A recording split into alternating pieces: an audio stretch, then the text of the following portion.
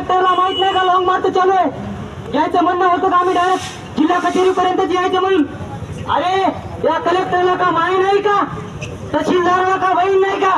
तुमच्या माय बहिणी वाटायला जर एवढ्या किलोमीटर चालल्यावर तुम्हाला दुःख वाटत नाही का? तसंच आम्हाला दुःख वाटायले. आज कोण्या बिळात जाऊन बसली ती रुपालीताई चाकणकर, महिला आयोगाची आयोजक. तिला जाग नाही आली का?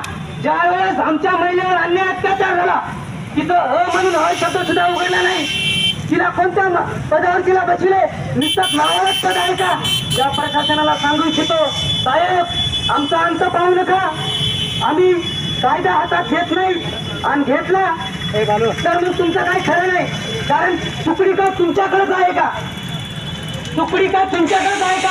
आमच्याकडे सुद्धा आहे. फक्त आम्ही कायदा हातात घेत नाही, कारण कायदा आमच्या बापाने लिहिलाय. याचा अर्थ तुम्ही सुद्धा पाहू नका. आणि या अंतराने सांगू इच्छितो, साहेब मागण्या तर सगळ्यांनी सांगितल्यात, आपल्या मागण्याच आहेत. पण तुम्हाला सांगतो, आमच्या मागण्या जर पूर्ण नाही झाल्या, हे फक्त बेरोळा येथील लोकांनी आंदोलन केले. महाराष्ट्रातील तमाम बौद्ध समाज सर्व बिराड घेऊन इथं थांबल. त्यावरती तुम्हाला भान फुटेल. तुम्ही आमचं खेळ पाहू नका. तर आता जोपर्यंत आम्ही संघर्ष केलाय, आमचा विजय झालाय. आणि लॉंग मार्चच्या उद्देशाने सांगतो, साहेब आम्ही मैदानात उतरल्यावर शहीद होऊ किंवा जिंकू, पण आम्ही हरणार नाही. आम्ही शहीद होऊ किंवा जिंकू, आम्ही हरणार नाही. आणि आमची चूक नक्कीच आहे. मावळ्यावर तुम्हाला सांगितलं होतं, तुमच्या पाठीशी नाही तर तुमच्या सोबत आहे शेवटपर्यंत. कारण जोपर्यंत तिचा निराझेंडा लागणार नाही तोपर्यंत महाराष्ट्रातील तमाम बहुजन समाज शांत बसणार नाही. एवढंच बोलतो आणि थांबतो. जय भीम, जय संविधान. कलेक्टरला माहित नाही का लॉंग मार्च चालू आहे? यायचं म्हणणं होतं का आम्ही डायरेक्ट जिल्हा कचेरीपर्यंत यायचं म्हणून? अरे या कलेक्टरला का माय नाही का?